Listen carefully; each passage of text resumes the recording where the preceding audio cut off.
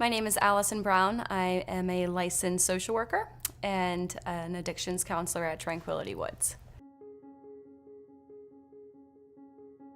Families become desensitized to crisis and all of the dysfunction.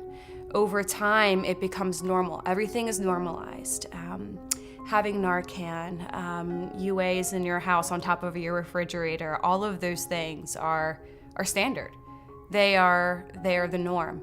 And so when families come into a family wellness program, when they participate in family therapy, because their loved one makes the decision to go into treatment, they learn that those things are not normal and that they have been acting as they've been extinguishing all of these maladaptive patterns, all of these behaviors in efforts to keep their loved one alive. But it's total dysfunction, it's total chaos.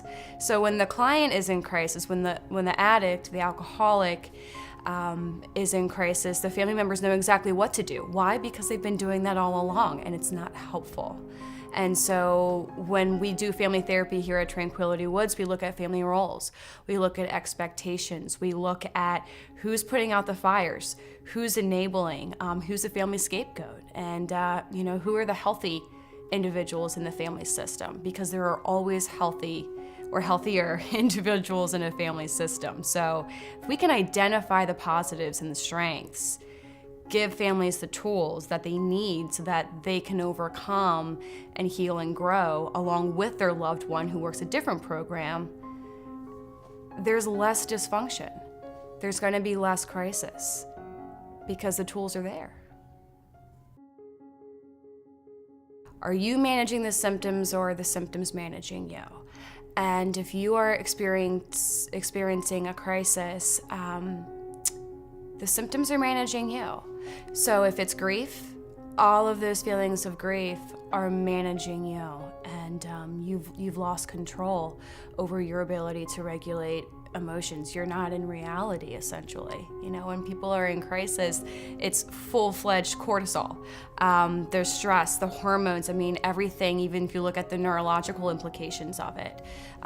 People don't function. Someone who is in true crisis they're not oriented, they're not alert, they're not in touch with reality, they don't know where they are, they don't know what they had for breakfast, for example. They're not able to be present. So if a client is in crisis, specifically in addiction, that might require more grounding techniques and saying, okay, well, let's just identify the emotion that is fueling the crisis. In early recovery, we can't always identify the emotion that is contributing to the emotional distress.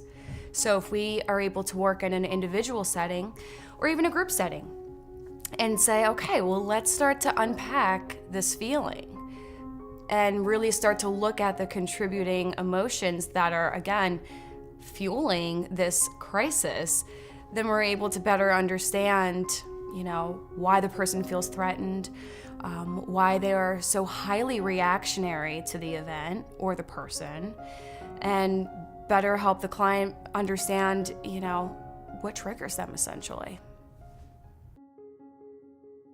I truly enjoy doing the individual piece because, particularly here at Tranquility Woods, because we work so closely with our clients. I see my clients 3 times a week. That's unheard of. And so I get to collaborate and partner up with them and really build that rapport and look at all of the different aspects and pieces of their life. In my opinion, it's an absolute privilege. Where else do you get to work with someone that intensively? I get to see them take 2 steps forward and 3 steps back. And then I get to sit next to them and look at what was going on and how they feel and how recovery plays a part into those 3 steps back. And that's unique. To me, it is an absolute privilege to see someone and to work with somebody and be present with them when they get to go through this experience.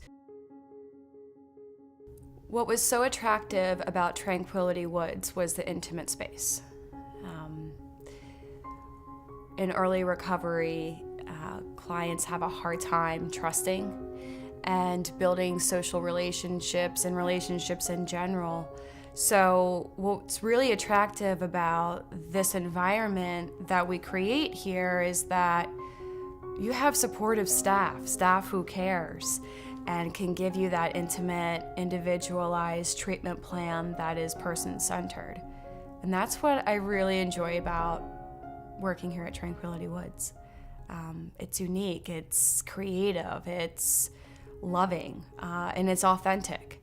And when clients are ready, they can catch fire here and they get excited about getting sober and about living life in recovery. And that's amazing. Well, I have a lot to say to somebody who's still struggling and needs to hear this, but people care. And do you believe that I believe? Do you believe that you're worthy? Others do. So you don't have anything to lose. The dishonesty piece is usually, I can't do this alone, and I need to get honest about that. And so for family members, you don't have to do this alone, and you are not alone. And there are plenty of others who can walk this walk with you. That's what I would say to family members.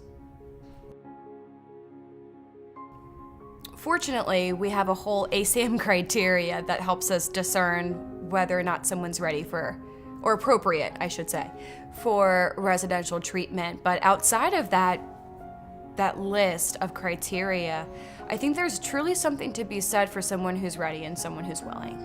It's an absolute myth that an addict or alcoholic has to hit rock bottom in order to go into rehab. In fact, it's you don't have to get off the elevator at the bottom floor. That's what I always tell my clients. You can step off the elevator at any floor. It doesn't have to get that bad. Residential treatment is appropriate for somebody who needs some space separated from drugs and alcohol. So it would also be appropriate for somebody who is ready and willing to do the intensive individual work and to get honest and to look at their fears. It would be appropriate also for someone who is in need of that detox piece and the medical stabilization.